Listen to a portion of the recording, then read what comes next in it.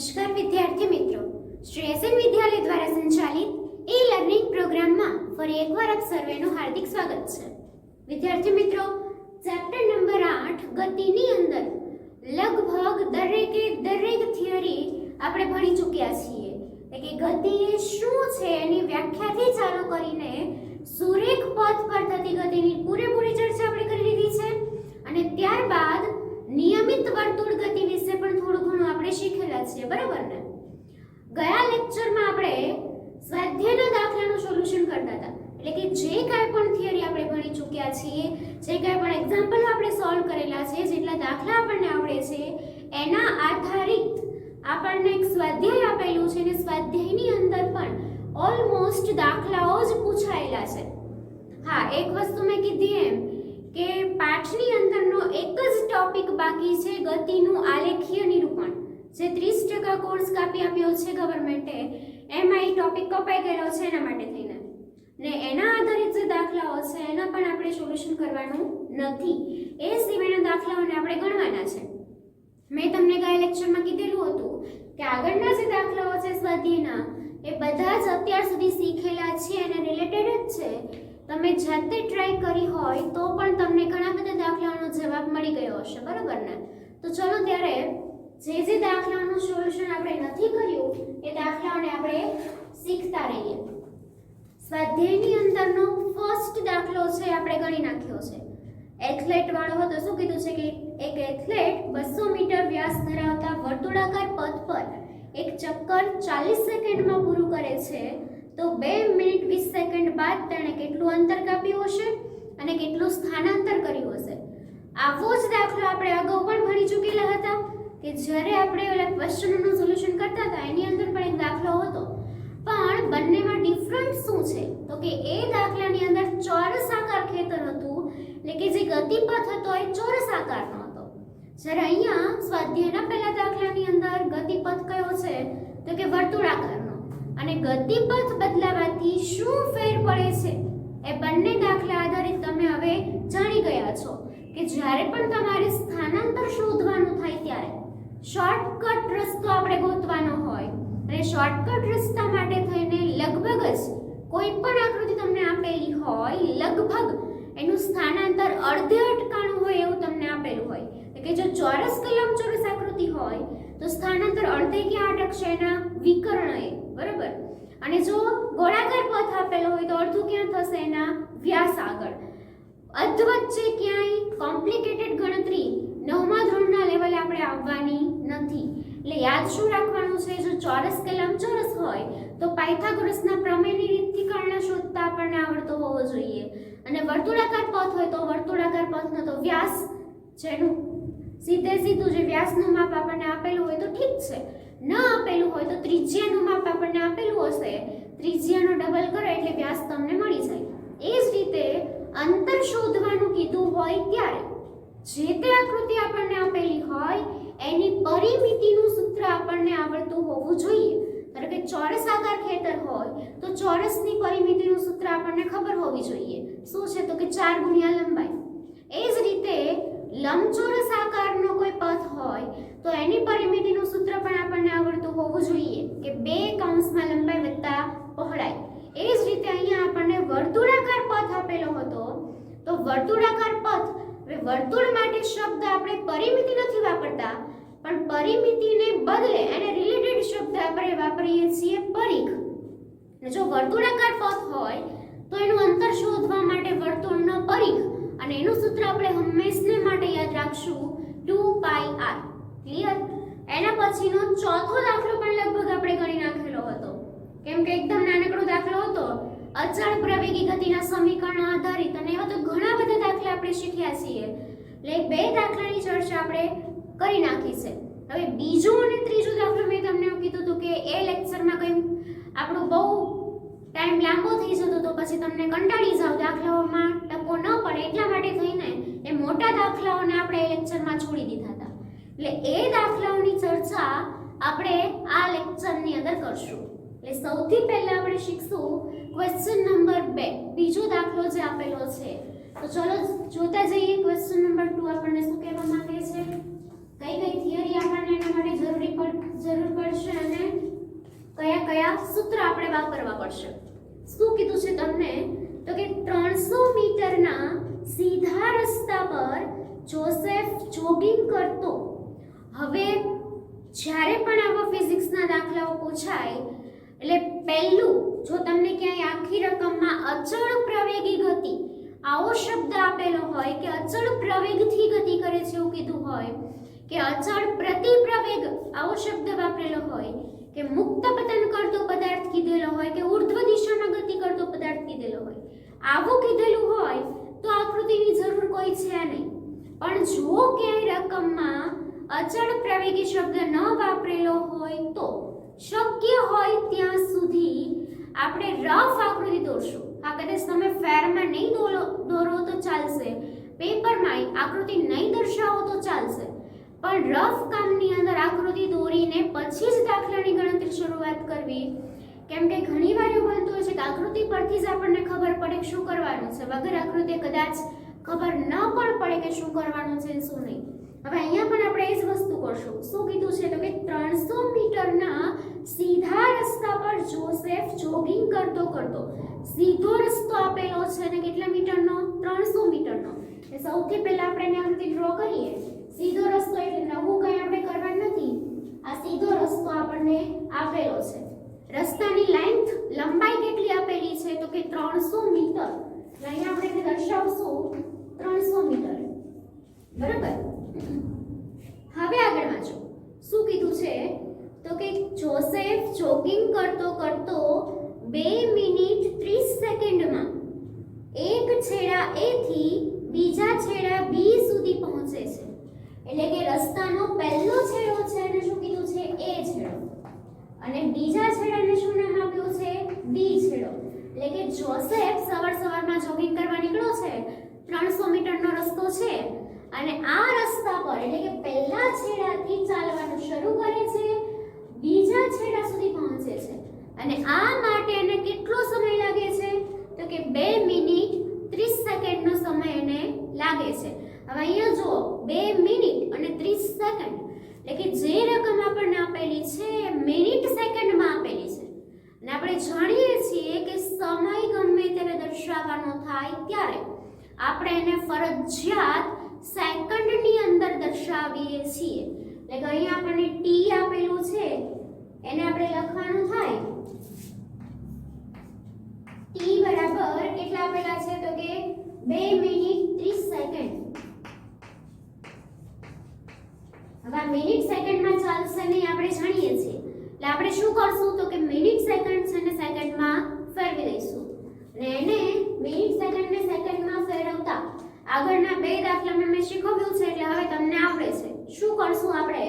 તો કે 2 મિનિટ એટલે બગડો એમનો એમ ગુણ્યા મિનિટને સેકન્ડમાં ફેરવવું છે અને 1 મિનિટ એટલે 60 સેકન્ડ થાય આપણે જાણીએ છીએ.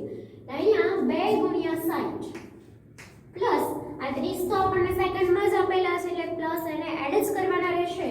એટલે અહીંયા આવશે 30. ભાગુ સગાના નિયમ મુજબ પહેલા ગુણાકાર કરીએ એટલે 60 દુને 120 પ્લસ 30 એટલે બંનેનો સરવાળનો જવાબ આપણને મળશે 150 સેકન્ડ. એટલે હવે રકમ આપણને શું કહેવા માંગે છે? તો કે જોસેફ એ છેડાથી ગતિની શરૂઆત કરે છે 150 સેકન્ડની અંદર એ 300 મીટરનો રસ્તો કાપીને બી છેડા સુધી પહોંચે છે. હવે આગળ શું કીધું છે વાંચો. તો કે ત્યાંથી પાછો ફરી 1 મિનિટમાં 100 મીટર પાછળ રહેલા બિંદુ C પર પહોંચે છે. એટલે કે A થી B પર પહોંચ્યો. હવે ત્યાંથી પાછો ફરે છે. બરાબર. પાછો ફરીને અહીંયા એક બિંદુ છે C બિંદુ, ત્યાં સુધી પહોંચે છે. અને C બિંદુ સુધીનું અંતર કેટલું આપ્યું છે? 100 મીટર. એટલે કે B બિંદુથી 100 મીટર પાછો ફરે છે. એટલે કે આ લાઈન B અને C વચ્ચેની લંબાઈ આપણને કેટલી આપેલી છે? 100 મીટર. ખાસ રકમ સમજજો નહીં તો ગોટાળે ચડશો. શું કીધું છે? તો કે જોસેફ જોગિંગ કરતો 300 મીટરના રસ્તા પર A બિંદુથી B બિંદુ પર પહોંચે છે. હવે પાછો ક્યાંથી ફરે છે? B બિંદુથી. શું શું કીધું કે બી બિંદુથી 100 મીટર પાછળ આવેલા બિંદુ સી પર પહોંચે છે, એટલે બી થી સી વચ્ચેનું ડિસ્ટન્સ 100 મીટર થાય. ભૂલથી તમે જો આ ડિસ્ટન્સ 100 મીટરનું મૂકી દીધું તો જવાબ આવશે નહીં, કેમ કે પાછું ફરવાનું બી થી કીધું છે, બી થી 100 મીટર દૂર કીધું છે. એ થી 100 મીટર દૂર કીધેલું નથી, એટલે બી થી 100 મીટર પાછળ આવેલા બિંદુ સી પર પહોંચે છે, એટલે કે આ ડિસ્ટન્સ 100 મીટરનું છે. અહીંયા ધારો કે કોઈ સી બિંદુ આવેલું છે. હવે એના માટેનો સમય કેટલો લાગે છે તો કે 1 મિનિટનો સમય લાગે છે. એટલે ધારો કે આપણને પહેલો સમય છે એને t1 કહી દઈએ. આ વસ્તુ મેં તમને અગાઉ પણ શીખવેલી છે કે જ્યારે બે સમય આપેલા હોય ત્યારે પહેલાને કહી દેવાનું t1, બીજાને કહી દેવાનું t2. એટલે કે બીજો સમય છે એને આપણે કહી શકીએ t2. એટલે કે b થી c પર પહોંચવા માટે એને કેટલો સમય લાગે છે તો કે જો કીધું છે આપણને સ્પષ્ટ કે ત્યાંથી પાછો ફરી 1 મિનિટમાં 100 મીટર પાછળ રહેલા બિંદુ c પર પહોંચે છે. એટલે 1 મિનિટમાં એ આટલું અંતર કાપે છે કે b થી c પર પહોંચવા માટે એને કેટલી મિનિટ લાગે છે? 1 મિનિટ. એટલે કે t2 બરાબર આપણે લખી શકીએ 1 મિનિટ. હવે આપણે જાણીએ છીએ કે સમય મિનિટમાં ચાલશે નહીં, સમયને ફરજિયાત શેમાં ફેરવવું પડશે? આપણે સેકન્ડની અંદર. એટલે કે મિનિટને સેકન્ડમાં ફેરવવા માટે ઈઝી છે. 1 મિનિટ એટલે સીધે સીધું 60 સેકન્ડ. બીજી કોઈ જ ગણતરી આપણે કરવાની થતી નથી. હવે આગળ રકમમાં જો શું કીધું છે તો કે જોસેફની સરેરાશ ઝડપ અને સરેરાશ વેગ આ બંને શોધવાનું છે, પણ એના માટે આપણને બે કિસ્સા આપ્યા. પહેલો કિસ્સો શું કીધું? એ તો કે એ છેડાથી બી છેડા સુધી, એટલે કે એ છેડાથી ચાલુ કરી અને બી છેડા સુધી સરેરાશ ઝડપે શોધવાની છે અને સરેરાશ વેગ પણ શોધવાનો છે. ક્વેશ્ચન નંબર બી શું કીધું છે તો કે એ છેડાથી સી છેડા સુધી, એટલે કે એ થી સી સુધી સરેરાશ ઝડપ કેટલી અને એ થી સી સુધી સરેરાશ વેગ કેટલો, આવું આપણને પૂછેલું છે. હવે આપણે પહેલા કિસ્સાની વાત કરીએ. ધારો કે એ ક્વેશ્ચન આપણને પૂછેલો છે એની વાત કરીએ.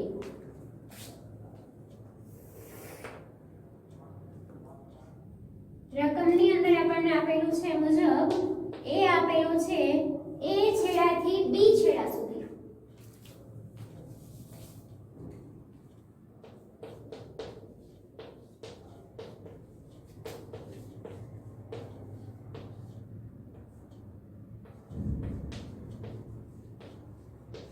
હવે એ છેડાથી બી છેડા સુધી આપણે શોધવાનું શું છે? જો એમાં તો એવું જ કીધું છે એ કરીને કે એ છેડાથી બી છેડા સુધી, પણ શું શોધવાનું છે તો કે એની જસ્ટ આગળ આપેલું છે સરેરાશ ઝડપ અને સરેરાશ વેગ. એટલે કે એ થી બી વચ્ચેની સરેરાશ ઝડપ અને સરેરાશ વેગ આપણે શોધવાનું છે. હવે સૌથી પહેલા આપણે કેલ્ક્યુલેટ કરીએ સરેરાશ ઝડપની.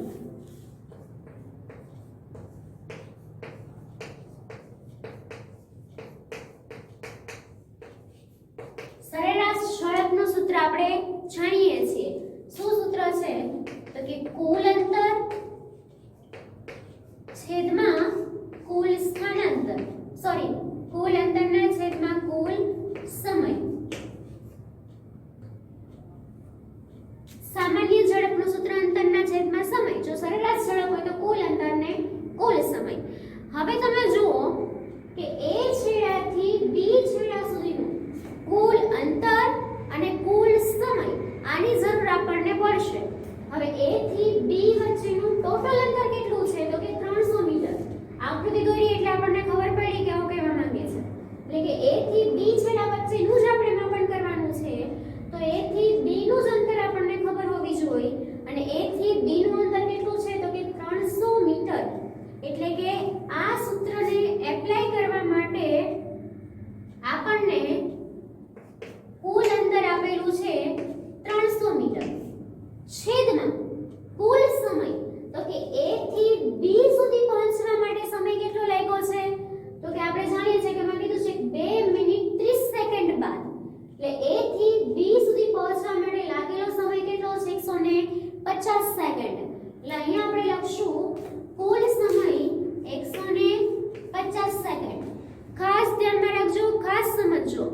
આપણે અત્યારે વાત ફક્ત ને ફક્ત છેડા A થી B સુધીની જ કરીએ છીએ. પાછો ફરીને ગયો છે એની વાત આપણે કરતા નથી. A થી B સુધી આવ્યો અહીંથી અહીંયા સુધી એટલે 300 મીટરનો રસ્તો છે અને એટલું અંતર કાપવા માટે આપણને કીધેલું છે ટેક્સ્ટ બુકની અંદર કે એક છેડા A થી બીજા છેડા B સુધી પહોંચવા માટે એને 2 મિનિટ 30 સેકન્ડ એટલે કે 150 સેકન્ડનો સમય લાગ્યો છે. એટલે કે A થી B વચ્ચેની ઝડપ માટે કુલ અંતર કહીએ તો 300, કુલ સમય કહીએ તો 150.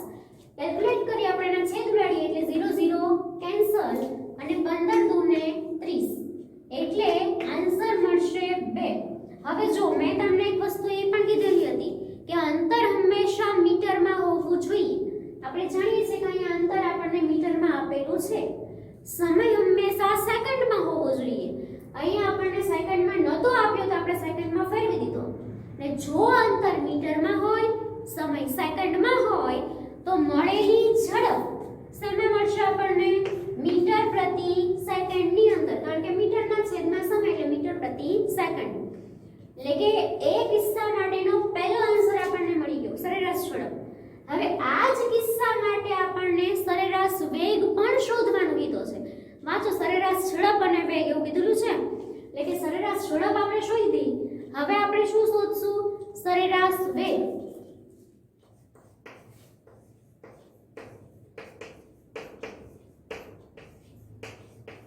સરેરાશ વેગનું સૂત્ર પણ આપણે જાણીએ છીએ. શું હતું?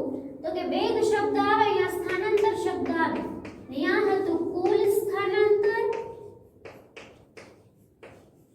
છેદમાં કુલ સમય.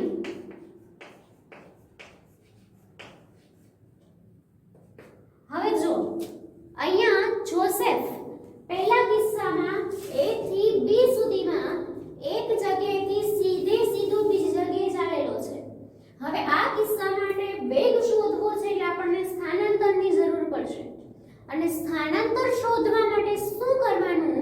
તો મેં તમને કીધેલું છે કે અંતિમ બિંદુ માઈનસ પ્રારંભિક બિંદુ. એટલે કે જોસેફનું પ્રારંભિક બિંદુ કયું છે? A. એનું અંતિમ બિંદુ કયું છે? B. તો કે પ્રારંભિક બિંદુથી અંતિમ બિંદુ વચ્ચેનું ટૂંકામાં ટૂંકું અંતર એટલે આપણને સ્થાનાંતર મળે. જો સંખ્યા રેખા આપેલી હોત તો છેલ્લા બિંદુમાંથી પહેલું બિંદુ માઈનસ કરે. પણ અહીંયા આપણને સંખ્યા રેખા નથી આપેલી. A પોઈન્ટ ને B પોઈન્ટના યામ આપેલા નથી, પણ શું આપેલું છે? તો કે A થી B વચ્ચેનું ટૂંકામાં સીધો રસ્તો છે એટલે એમાં તો કોઈ ટૂંકામાં ટૂંકું અંતર શોધવાનું થાય જ નહીં. જે છે એનું એ જ અંતર રહેશે. એટલે અહીંયા A થી B વચ્ચેનું સ્મોલેસ્ટ ડિસ્ટન્સ કયો કે ડિસ્ટન્સ કયો એ સેમ જ રહેશે. એટલે કે અહીંયા જ્યાં સુધી પદાર્થ, અગાઉ પણ આપણે થિયરીમાં ભણેલા છે કે જ્યાં સુધી પદાર્થ સીધા રસ્તા પર ગતિ કરે છે, કોઈ વળાંક લેતો નથી, ત્યાં સુધી એનું અંતર અને સ્થાનાંતર સરખું જ રહે છે. અને આ વસ્તુ અગાઉ આપણે 4 કિસ્સાવાળા પ્રશ્નો શીખ્યા એની આજુબાજુ આપણે ભણેલા છીએ. પહેલો કિસ્સો યાદ કરો. પહેલા કિસ્સામાં પદાર્થ 0 થી A પર પહોંચતો હતો અને પહેલા કિસ્સા માટે અંતર અને સ્થાનાંતર બેવ કેવું હતું? સરખું હતું. કે જ્યાં સુધી પદાર્થ સીધા રસ્તા પર ગતિ કરતો હોય, વળાંક લેતો નથી, ત્યાં સુધી એનું અંતર અને સ્થાનાંતર સરખું જ રહે છે. એટલે કે અહીંયા પણ જોસેફ A થી B પર સીધા રસ્તા પર જાય છે, A થી B સુધીમાં ક્યાંય વળાંક લેતો નથી. એટલે આટલા બિંદુ માટેનું અંતર અને સ્થાનાંતર બંને કેવું છે? સરખું જ છે. એટલે અહીંયા એનું અંતર કે સ્થાનાંતર બંને કેટલું આવશે? 300 મીટર. અહીંયા સ્થાનાંતરની જગ્યાએ આપણે લખી શકીએ 300. છેદમાં છે કુલ સમય. હવે કુલ સમય મતલબ A થી B સુધી પહોંચવા માટે લાગેલો સમય. હવે અંતર અને સ્થાનાંતરમાં કદાચ ફેર હોઈ શકે, પણ સમયમાં ક્યારે કોઈ ફેર હોતો નથી, કારણ કે સમય તો બંને માટે સરખો જ રહેવાનો છે. અને એ વસ્તુ આપણને રકમમાં આપેલી છે કે A થી B પર પહોંચવા માટે કેટલો સમય લાગ્યો? તો કે 2 મિનિટ 30 સેકન્ડ. એટલે કે 150 સેકન્ડ એને લાગેલી છે. ક્યાં? તો કે A થી B સુધી. એટલે અહીંયા આપણે સમય લખી શકીએ 150. ક્લિયર? 0 0 કેન્સલ, 15 દૂને 30. એટલે અહીંયા પણ આપણો આન્સર આવશે 2 મીટર પ્રતિ સેકન્ડ.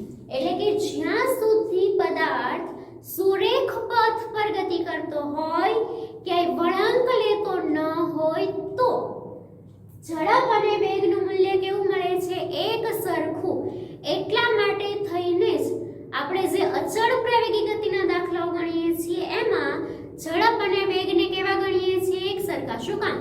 તો કે यहाँ પદાર્થ સુરેખ પથ પર જ ગતિ કરતો હોય છે કે વળાંક લેતો હોતો નથી ને એ માટે થઈને v અને u આપણે સરખા જ ગણીએ છીએ. અંતિમ વેગ કે પ્રારંભિક વેગ આપણે કહેતા હોઈએ છીએ. ત્યાં આપણે અંતર અને સ્થાનાંતરને એક જ ગણીએ છીએ. શા માટે? તો કે વળાંક કે લેતો હોતો નથી. હવે તમને દાખલા ગણશો એમ ધીમે ધીમે થિયરી પણ ક્લિયર થવા મળશે. એટલે અહીંયા ક્યાંય વળાંક લેતો નથી, સુરેખ પથ પર ગતિ કરે છે એટલે કે અંતર અને સ્થાનાંતર એક સરખા છે માટે ઝડપ અને વેગ બંને એક સરખા જ મળ્યા. આ થઈ પહેલા કિસ્સાની વાત. હવે આપણને બીજો કિસ્સો પૂછેલો છે. બી કરીને આપણને ક્વેશ્ચન આપેલો છે. એમાં શું કીધું છે કે એ છેડાથી સી છેડા સુધી. હવે પહેલો કિસ્સો તો એકદમ ઈઝી હતો. બીજો કિસ્સો આપણે ખાસ ધ્યાનથી વિચારવો પડશે. શું કીધું છે? તો કે એ છેડાથી સી છેડા સુધી.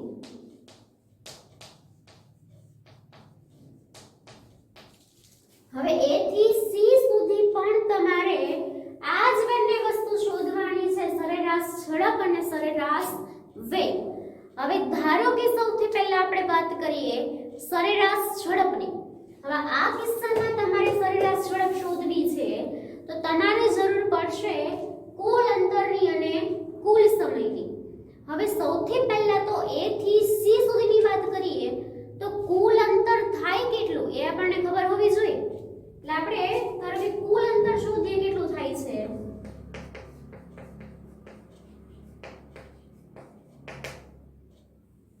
કુલ અંતર કેટલું થશે? તો કે જોસેફ પહેલા ક્યાં જાય છે? a થી d ઉપર. એટલે a થી d ઉપર એટલે a b. હવે ત્યાંથી ક્યાં જાય છે? c ઉપર. જો આપણે અંતરની વાત કરીએ છીએ અને જ્યારે અંતરની વાત કરતા હોય ત્યારે રસ્તે રસ્તે ચાલવાનું છે અને મેજર ટેપ મૂકતી જવાની છે. એટલે અહીંયા a થી b ઉપર અને b થી c ઉપર. એટલે a થી b સુધીનું અંતર પ્લસ b થી c સુધીનું અંતર. એટલે ab પ્લસ bc. આવું કરીએ તો આપણને કુલ અંતર મળે. અને આ વસ્તુ આપણો 4 કિસ્સાવાળો પ્રશ્ન છે એના પરથી તમને ક્લિયર છે કે a થી b સુધીનું અંતર અને b થી c સુધીનું અંતર. અને એ આપણે જાણીએ છીએ કે a થી b સુધીનું અંતર કેટલું છે? 300 મીટર. એટલે અહીંયા મૂકવાના થાય 300 પ્લસ b થી c સુધીનું અંતર. b થી c સુધીનું અંતર કેટલું છે? 100 મીટર. એટલે અહીંયા મૂકવાના થાય 100.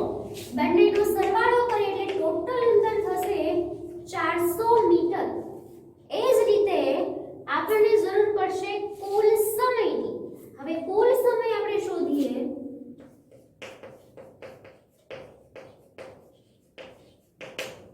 તો કે પહેલા જોસેફને a થી b પર પહોંચવા માટે લાગેલો સમય કેટલો છે? તો કે 150 સેકન્ડ. એટલે કે અહીંથી અહીંયા સુધીનો સમય છે 150 સેકન્ડ પ્લસ b થી c ઉપર જવા માટેનો સમય કેટલો લાગ્યો છે? તો કે 60 સેકન્ડ. એટલે અહીંયા આપણે કરીએ કુલ સમય t1 t2. હવે પહેલો સમય કેટલો છે થી b સુધીનો t1 તો કે 150 પ્લસ t2 કેટલો છે? તો કે 60. બંનેનો સરવાળો કરીએ એટલે જવાબ મળશે 0 0 0 6 અને 5 11 નો એકડો ને 1 ને 2 એટલે કે 210 સેકન્ડનો સમય લાગશે. ખાસ જો સમજો સરેરાશ શબ્દ વાપરેલો છે એટલે કુલ અંતર ને કુલ સમય. તો a થી c ઉપર માટેનું કુલ અંતર અહીંથી અહીંયા સુધીનું એટલે કે 300 ને 100 400. કુલ સમય કેટલો? તો કે અહીંથી અહીંયા સુધીનો 150 સેકન્ડ ને અહીંયાથી અહીંયા સુધીનો 60 સેકન્ડ. અને હવે આપણે સરેરાશ ઝડપ શોધી શકીએ. એટલે અહીંયા સૂત્ર મૂકી શકાય સરેરાશ ઝડપ બરાબર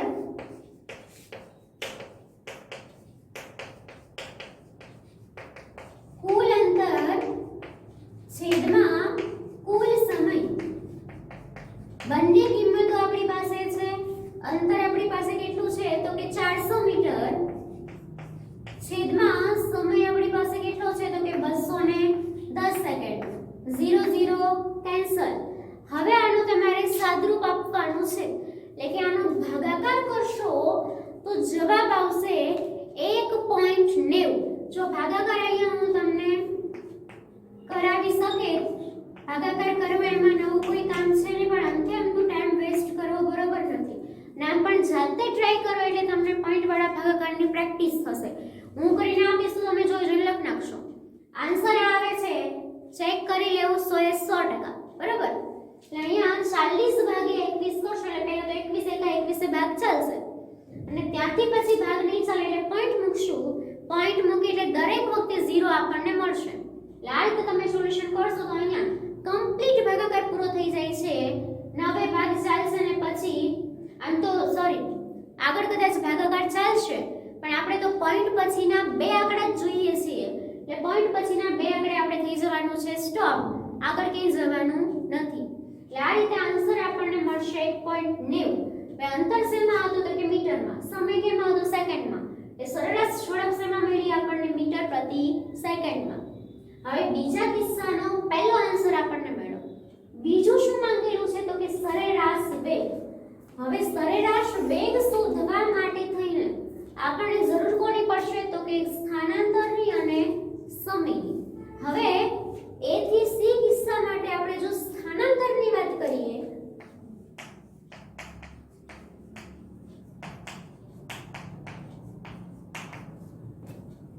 તો તમે જુઓ જોસેફ પહેલા A થી B ઉપર ગયો અને B થી C ઉપર ગયો.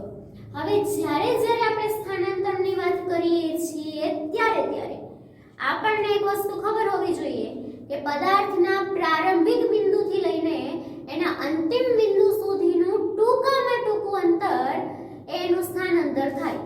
હવે પદાર્થ એટલે કે જોસેફનું પ્રારંભિક બિંદુ કયું હતું A, જોસેફનું અંતિમ બિંદુ કયું છે A થી C માટે, હો A થી B માટે B હતું, A થી C માટે પ્રારંભિક બિંદુ A અને અંતિમ બિંદુ કયું છે C. એટલે કે A અને C વચ્ચેનું ટૂંકામાં ટૂંકું અંતર એ આપણું કુલ સ્થાનાંતર થશે.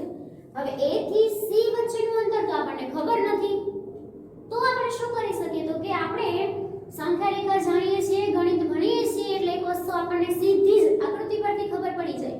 શું તો કે ટોટલ ડિસ્ટન્સ તમને 300 નું આપેલું છે. હવે 300 માંથી આ ડિસ્ટન્સ તમારે કાઢી નાખવાનું છે એટલે તમને A થી C નું માપ મળી જાય. હવે ટોટલ કેટલા છે 300, એ 300 માંથી આ 100 કાઢી નાખો એટલે બાકીનું અંતર મળશે કોનું મળશે A થી C સુધીનું મળશે. કેમ કે A થી C અને C થી B આ ટોટલ અંતર 300 છે, એમાંથી તમારે BC નો એટલે કે 100 મીટર બાદ કરી દેવાના છે. એટલે અહીંયા કુલ સ્થાનાંતર બરાબર તમે આવું લખી શકો 300 માઈનસ 100. જો માઈનસ શા માટે તમને સમજાવવું જોઈએ. અહીંયા પ્લસ શું કામ કર્યા તો કે મેજર ટેપ લાઈન માપતા એટલે આ વસ્તુ એડ કરવાની.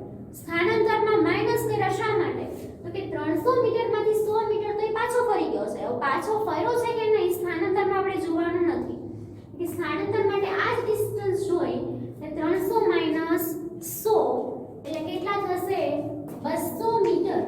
એટલે કે કુલ સ્થાનાંતર A થી C સુધીનું થશે 200. હવે બીજી જરૂર આપણને શેની છે તો કે કુલ સમયની. હવે મેં તમને અગાઉ કીધું એમ કે સમય ક્યારેય કોઈની માટે બદલાતો નથી. પદાર્થે અંતર કાપેલું હોય તોય ભલે, પદાર્થે સ્થાનાંતર કરેલું હોય તોય ભલે, અંતરમાં કોઈ જ ફેર નહીં પડે. એટલે કે પદાર્થ આપણે એક વસ્તુ શીખ્યા છે કે અંતર એ પદાર્થનું ગતિપથ સૂચવે છે જ્યારે સ્થાનાંતર પદાર્થનું ગતિપથ સૂચવતો નથી. હવે જોસેફ પહેલા અહીંયા ઊભો તો છેલ્લા અહીંયા ઊભો છે. હવે એની માટે સમય કેટલો લાગ્યો છે તો કે સમય તો એને પૂરેપૂરો 210 સેકન્ડ જ લાગી હશે. કારણ કે જોસેફ સીધે સીધો A થી C પર તો આવ્યો નથી. જોસેફ અહીંથી અહીંયા ગયો છે ને અહીંયાથી અહીંયા ગયો છે.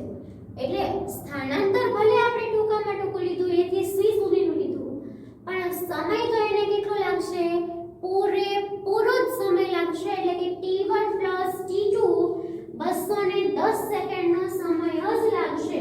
એટલે કુલ સમય બરાબર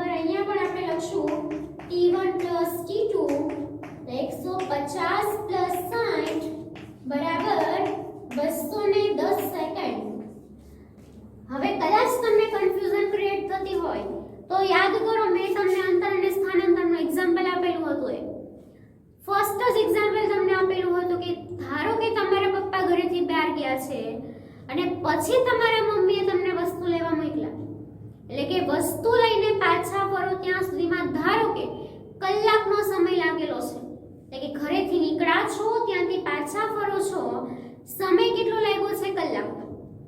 ધારો કે ઘરથી પ્લેસ સુધીનું અંતર 50 મીટરનું છે. તમને સમજાવવા માટે ફોર એક્ઝામ્પલ કે આ ઘર અને જે બસ પર મોકલ્યા હતા એનું ડિસ્ટન્સ ધારો કે 50 મીટરનું છે. હવે તમે ઘરેથી નીકળો છો અને અહીંયા પહોંચો છો અને ત્યાંથી પાછા અહીંયા ફરો છો. આની માટે ધારો કે તમને 1 કલાકનો સમય લાગે છે. હવે જ્યારે તમારા પપ્પા ગયા પછી તમે નીકળ્યા, પપ્પા ઘરે પાછા આવ્યા પહેલા તમે ઘરે પહોંચી જાઓ છો. હવે તમારા મમ્મી માટે તમે શું કાપેલું છે? અંતર કાપેલું છે, કેમ કે તમારા મમ્મીને ખબર છે કે જતાનું 50 અને રિટર્નનું 50, એટલે કે 100 મીટરનું અંતર કાપેલું છે 1 કલાકની અંદર. જ્યારે આ જ વસ્તુ તમારા પપ્પા માટે શું થઈ જશે? સ્થાનાંતર. કેમ કે પપ્પા ગયા તોય તમે ઘરે છો, પાછા આવ્યા તોય તમે ઘરે છો, એટલે સ્થાનાંતર તો શૂન્ય છે તમારું, નો ડાઉટ. પણ સમય કેટલો છે? તો કે સમય તો 1 કલાકનો 1 કલાક જ રહેવાનો. સમય ક્યારે કોઈના માટે અટકતો નથી. તમે અંતરનું માપન કરો કે સ્થાનાંતરનું માપન કરો, સમય હંમેશા સેમ ટુ સેમ જ રહેશે. કેમ કે સ્થાનાંતરમાં આપણે શોર્ટકટ રસ્તો લઈ શકીએ છીએ, સમયનું શોર્ટકટ આજ સુધી શોધાયું નથી. જો શોધાયું હોત તો ટાઈમ મશીન કેદુના શોધાઈ ગયા હોત ને આપણે ગમે ત્યાં પહોંચી ગયા હોત, પણ એ વસ્તુ પોસિબલ નથી, તમે જાણો છો. એટલે અંતર અને સ્થાનાંતરમાં ફેરફાર હોઈ શકે છે. સમય તો ટોટલ જેટલો છે એટલો ને એટલો જ રહેશે, એમાં જરાય ચેન્જ આવશે નહીં. આ વસ્તુ ખાસ ધ્યાન રાખવી. એટલે સ્થાનાંતર 200 મીટર, પણ સમય તો ટોટલ જેટલો લાગેલો છે એટલો જ. કેટલો? તો કે 2 મિનિટ 30 સેકન્ડ અહીંથી અહીંયા સુધી અને 1 મિનિટ પાછી અહીંયા સુધી, એટલે કે ટોટલ 210 સેકન્ડનો સમય લાગેલો છે. હવે આપણે સૂત્ર મૂકીએ સરેરાશ વેગનું.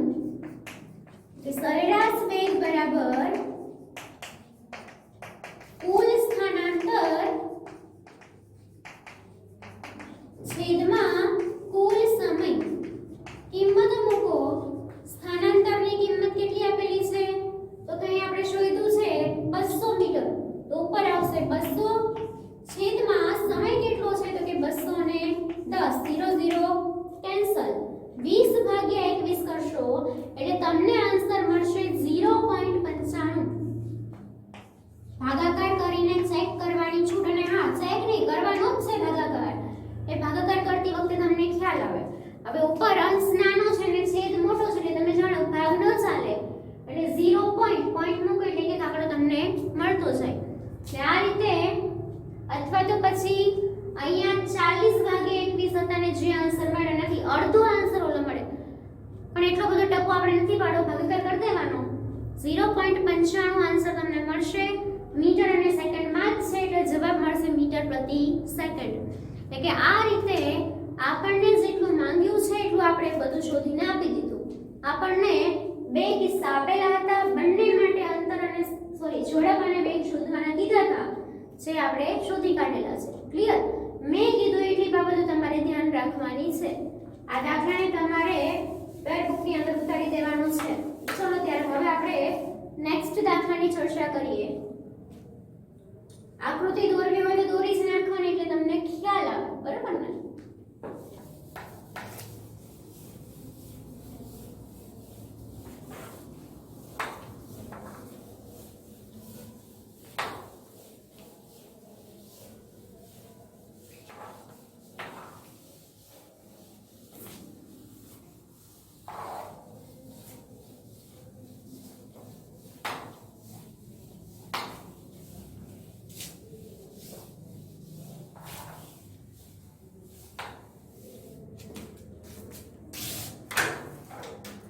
નેક્સ્ટ ક્વેશ્ચન નંબર 3 ની વાત આપણે કરીએ.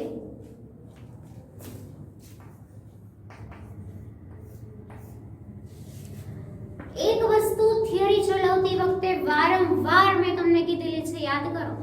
મેં તમને એક શબ્દ કીધેલો છે કે સરેરાશ ઝડપ એ સરાસરી ઝડપ નથી, બરાબર ને? આ વસ્તુ હું વારંવાર કહેતી, એવી રીતે તમારે ધ્યાન રાખવાનું છે. મેં તમને કીધેલું હતું કે તમને જ્યારે સરેરાશ ઝડપ શોધવાની કીધી હોય અને તમને બે ઝડપ આપેલી હોય તો બે ઝડપની સરાસરી શોધી નાખો તો એ સરેરાશ ઝડપ નથી અને નથી જ. એને પ્રૂફ કરતો દાખલો અહીંયા આપણને ટેક્સ્ટ બુકની અંદર આપેલો છે. એટલે આ વસ્તુને એ વખતે મેં કીધું હતું કે અગાઉ દાખલામાં હું તમને પ્રૂફ કરીને બતાવીશ. એટલે એ વસ્તુની સાબિતી છે કે સરાસરી ઝડપ અને સરેરાશ ઝડપ બંને નથી.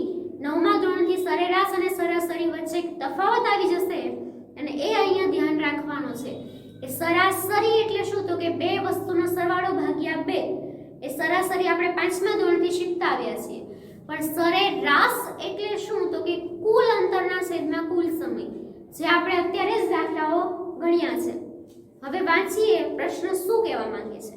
તો કે તમને એવું કીધું છે કે અબ્દુલ ગાડી દ્વારા શાળાએ જતી વખતે સરેરાશ ઝડપ 20 કિલોમીટર પ્રતિ અવર માપે છે.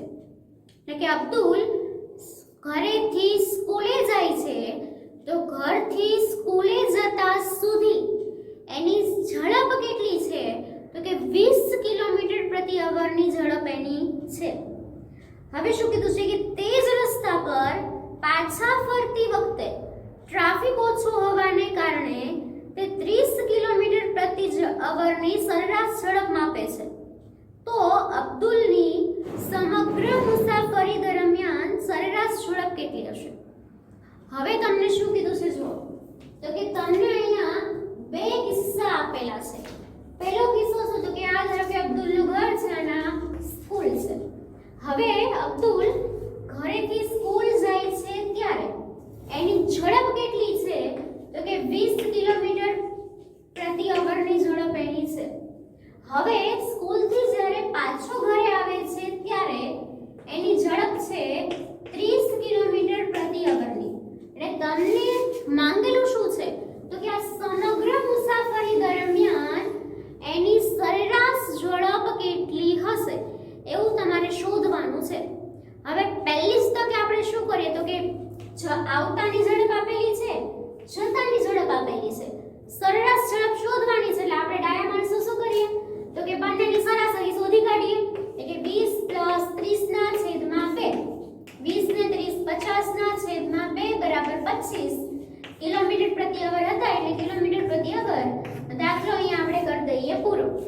પણ આવું કરશો તો તમને 0.5 માર્કે મળશે નહીં. આખો દાખલો તદ્દન તમારો ખોટો પડશે. શું કામ? તો કે તમને સરેરાશ ઝડપ શોધવાની કીધી છે અને સરેરાશ ઝડપ એટલે શું? તો કે કુલ અંતર અને કુલ સમય. હવે અહીંયા તો તમને ફક્ત ને ફક્ત ઝડપ જ આપેલી છે. તમને અંતરે આપેલું નથી, તમને સમયે આપેલો નથી. હવે અગાઉ તો મેં તમને કીધું હતું કે કોઈ પણ દાખલો હોય કાં તો તમને અંતર આપેલું એટલે કે ત્રણ રાશિ હોય. માનો ઝડપનું સૂત્ર આપણે લખીએ u = d/t. તો ત્રણ વસ્તુમાંથી બે વસ્તુ આપણને આપેલી હોય ને એક વસ્તુ આપણે શોધવાની હોય. આવું મેં તમને કીધેલું હતું. પણ આ દાખલો તો એક ખોટો નીકળ્યો. તમને તો ફક્ત ને ફક્ત u આપેલો છે, નથી d આપેલો કે નથી t આપેલો. એટલે કે નથી અંતર આપેલો કે નથી સમય આપેલો. અને પાછી આપણને જરૂર કોની છે? તો કે કુલ અંતરની કુલ સમયની. હવે અંતર કે સમય છે જ નહીં તો કુલ અંતર ને કુલ સમય લાવવો ક્યાંથી? બરાબર છે ને? તો ચલો ત્યારે તમારું કન્ફ્યુઝન દૂર કરી દઈએ. દાખલો ગણવાની આપણે શરૂઆત કરીએ એટલે તમને આવડી જશે. હવે જ્યારે તમને બે વસ્તુ ન આપેલી હોય ત્યારે તમારે કોઈ પણ એક વસ્તુ ધારવાની રહેશે. કોઈ પણ આપણે ધારો કે x, એટલે કે કોઈ પણ વસ્તુને તમારે x ધારવાનું રહેશે. અને x તમે કોને ધારશો? તો કે અહીંથી અહીંયા સુધી અને અહીંથી અહીંયા સુધી જે વસ્તુ કોન્સ્ટન્ટ રહેવાની હોય એને આપણે x ધારશું. હવે જો અહીંયા તમે જોઈ શકો છો કે ઝડપ બંનેની કેવી છે? અલગ અલગ. એટલે ઝડપને તો ધારવાની આપણને જરૂર છે જ નહીં. હવે અહીંયા તમે અંતરને x ધારશો કે સમયને x ધારશો? ગમે તે બેમાંથી એકને x ધારવાના છે, પણ x ધારશો કોને? અંતરને કે સમયને? તો કે બદલાતું શું નથી એને x ધારી શકાય. હવે અહીંયા ધારો કે તમારે સમયને x ધારવો છે તો તમારી સ્પીડ રસ્તો કોન્સ્ટન્ટ છે,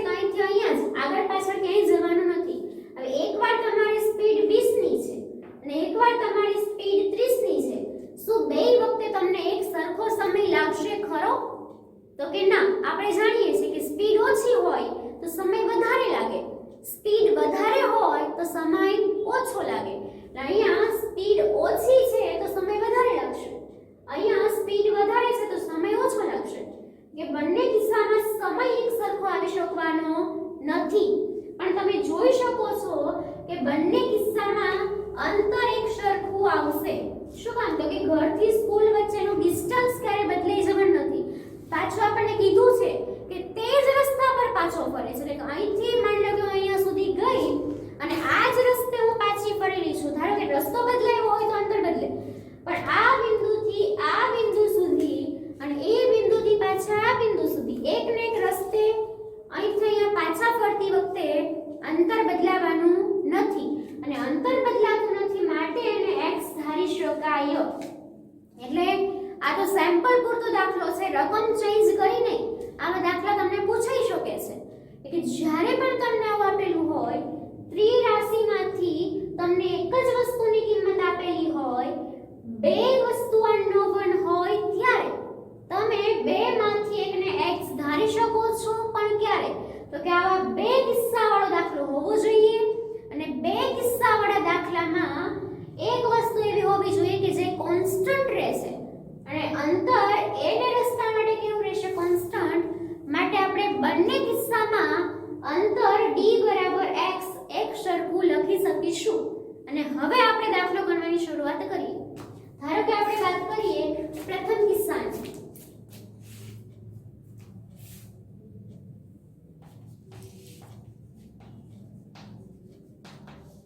હવે પ્રથમ કિસ્સો મતલબ શું? તો કે અબ્દુલ ઘરેથી સ્કૂલે નીકળે છે, આ પ્રથમ કિસ્સો. હવે એના માટે તમને સરેરાશ ઝડપ આપેલી છે કેટલી? 20 કિલોમીટર પ્રતિ અવર. એટલે હું લખીશ u બરાબર 20 કિલોમીટર પ્રતિ અવર. હવે તમે એવું કહેશો ટીચર તમે તો કહેતા હતા ને કે કિલોમીટર પ્રતિ અવરમાં હોય એને મીટર પ્રતિ સેકન્ડમાં ફેરવવા ફરજિયાત છે, બરોબર ને? હા, સાચું જ. પણ આ દાખલામાં આપણે મીટર પ્રતિ સેકન્ડમાં નહીં ફેરવીએ. શું કામ? તો કે આપણને ટેક્સ્ટ બુકની અંદર જે આન્સર આપેલો છે એ કિલોમીટર પ્રતિ અવરમાં આપેલો છે. એટલે આન્સર જ્યારે આપણને કિલોમીટર પ્રતિ અવરમાં જ માંગેલો હોય તો આપણે ચેન્જ કરવાની જરૂર નથી. હા, જો આન્સર મીટર પ્રતિ સેકન્ડમાં માંગેલો હોત તો ચેન્જ કરવું જ પડે, પણ એ કિલોમીટર પ્રતિ અવરમાં જ આન્સર માંગેલો છે એટલે આને આપણે ચેન્જ નહીં કરીએ. જેમનું છે એમનું એમ જ રાખશું. પ્રથમ કિસ્સા માટે છે એટલે આને હું કહીશ u1, બરાબર? એ સિવાય મેં કીધું એમ કે આપણને અંતરની જરૂર પડશે અને પ્રથમ કિસ્સો છે એટલે કહીશું d1, અને એ આપણે કેટલું લેવાનું છે? x ધારતા, કેમ કે આપણને ખબર નથી. હવે વાત કરીએ આપણને t સમયની.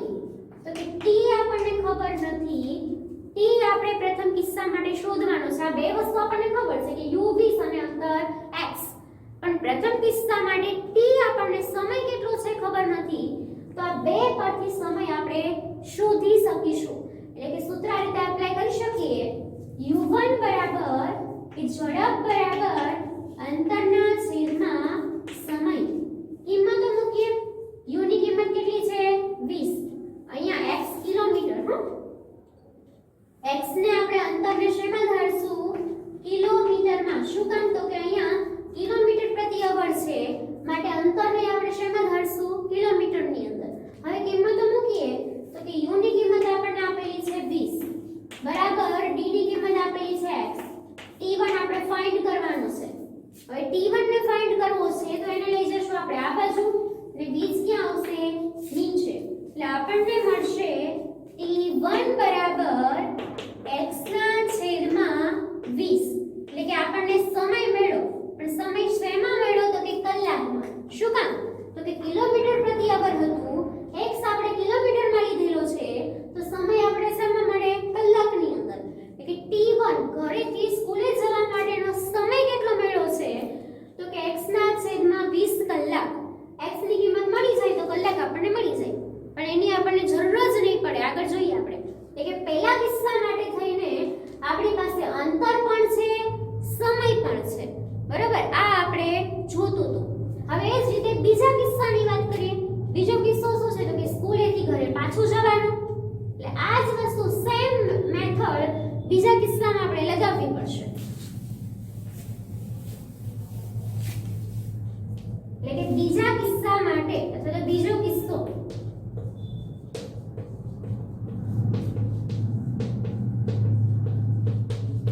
એની માટે થઈને આપણને u બીજો કિસ્સો છે એને કહીશું u2 ને કેટલી ઝડપ આપેલી છે તો કે 30 કિલોમીટર પ્રતિ અવરની.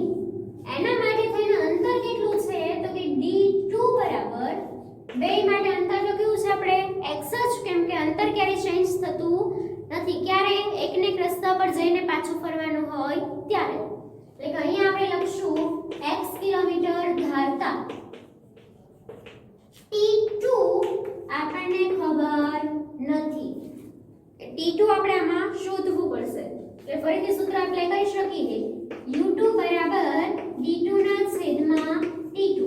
કિંમત મૂકીએ u2 ની કિંમત કેટલી છે 30 બરાબર d ની કિંમત x છેદમાં t2 આપણે ફાઇન્ડ આઉટ કરવાનું છે. એટલે t2 ને લઈ જશું આ બાજુ, 30 ને લઈ આવશું નીચે.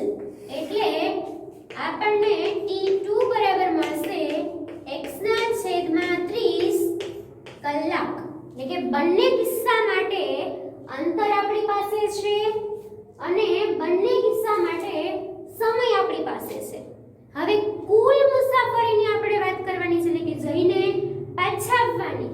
એટલે કે કુલ મુસાફરી માટે આપણે વાત કરીએ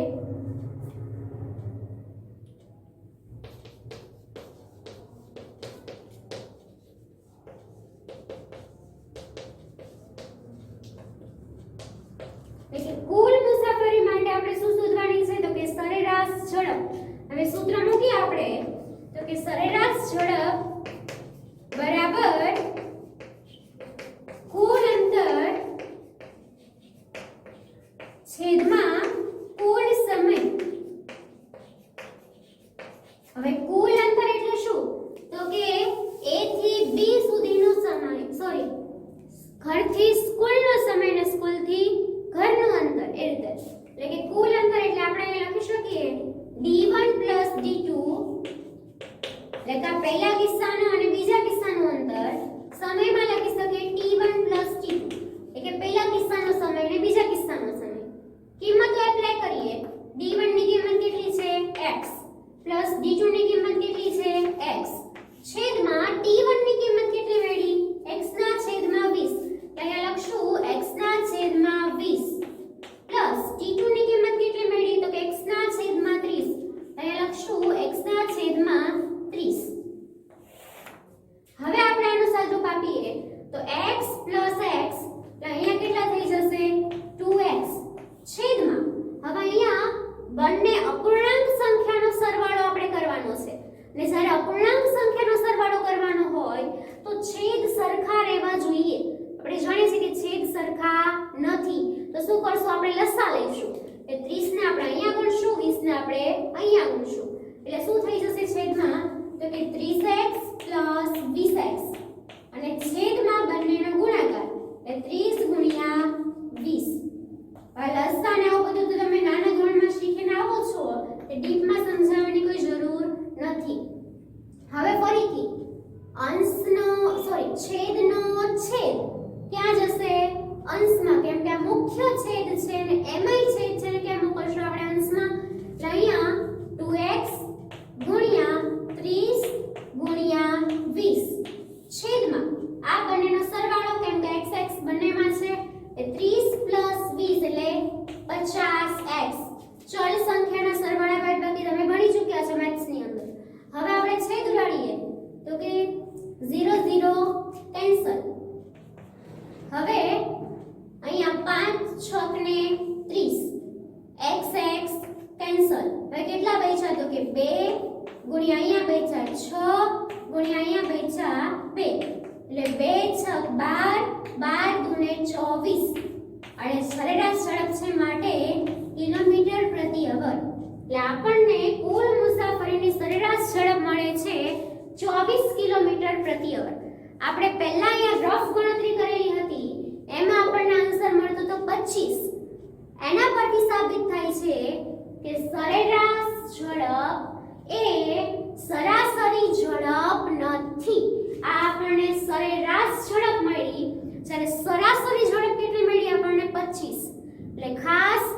અને જ્યારે પૂછશે ત્યારે સરેરાશ ઝડપ જ પૂછશે, સરાસરી ક્યારેય નહીં પૂછે. એ ઝડપની સરાસરી શોધીને શોર્ટમાં દાખલો પતાવવાનો નથી જ. સરેરાશ ઝડપ પૂછે ત્યારે જો તમને આ બેમાંથી કદી વસ્તુ આપેલી હોત તો દાખલો ઈઝી બની ગયો હોત, પણ જ્યારે તમને બંને કિસ્સામાં ફક્ત ને ફક્ત ઝડપ જ આપેલી હોય, અંતર કે સમય બેમાંથી એક પણ ન આપેલું હોય, ત્યારે અંતરને x ધારી લેવાનો, એના પરથી બંને માટેનો સમય શોધી લેવાનો. એટલે કે ટોટલ તમારે d1 d2 t1 ને t2 આટલી કિંમતો તમારી પાસે હોવી જોઈએ ને આટલી કિંમતો તમે ભેગી કરી લ્યો, પછી એને એપ્લાય કરી અને સદરૂપ આપશો કે તમારો જવાબ 100% મળી જશે. ક્લિયર? આટલું. આવા બીજા પણ દાખલા પૂછાય જ શકે છે. ચેન્જ ક્યાં હશે તો કે રકમની અંદર. અહીંયા બે કિસ્સાને બદલે હું 3 કિસ્સા પણ આપી શકું છું, પણ આટલી વસ્તુને ખાસ ધ્યાનમાં રાખીને અંતર અને સમય તમારે ફાઇન્ડ આઉટ કરવાનો અને પછી સરેરાશ ઝડપના સૂત્રની અંદર તમારે કિંમતો મૂકીને દાખલો ગણવાનો છે. ક્લિયર? તો ચલો ત્યારે આટલું રાખીએ. આ બે દાખલાને શાંતિથી સમજીને વિચારીને બે વાર વિડિયોને જોઈને પછી એકવાર જાતે તમારે ટ્રાય ગણવાની કરવાની છે. ખાલી વાંચી નાખશો અને વિડિયો જોતે રહેશો તો તમને મજા આવશે, પણ ગણવાનું થશે ત્યારે ભૂલી જશો. એટલે પાક્કો દાખલો કરી આખો સમજી અને પછી એકવાર ટેક્સ્ટ બુકમાંથી તમારે જાતે દાખલો ગણવાની પ્રેક્ટિસ પાડવાની છે. ક્લિયર? આગળના દાખલાઓ છે ચોથા દાખલા સુધી આપણે કરી નાખ્યું છે. પાંચમો દાખલો, એના પછી સાતમો, નવમો, 10મો આ દાખલા આપણે ગણવાના છે. ટ્રાય કરીને રાખજો. નેક્સ્ટ લેક્ચરમાં હું એ બધા દાખલા તમને ગણાવીશ. બરાબર? તો ચાલો ત્યારે ત્યાં સુધી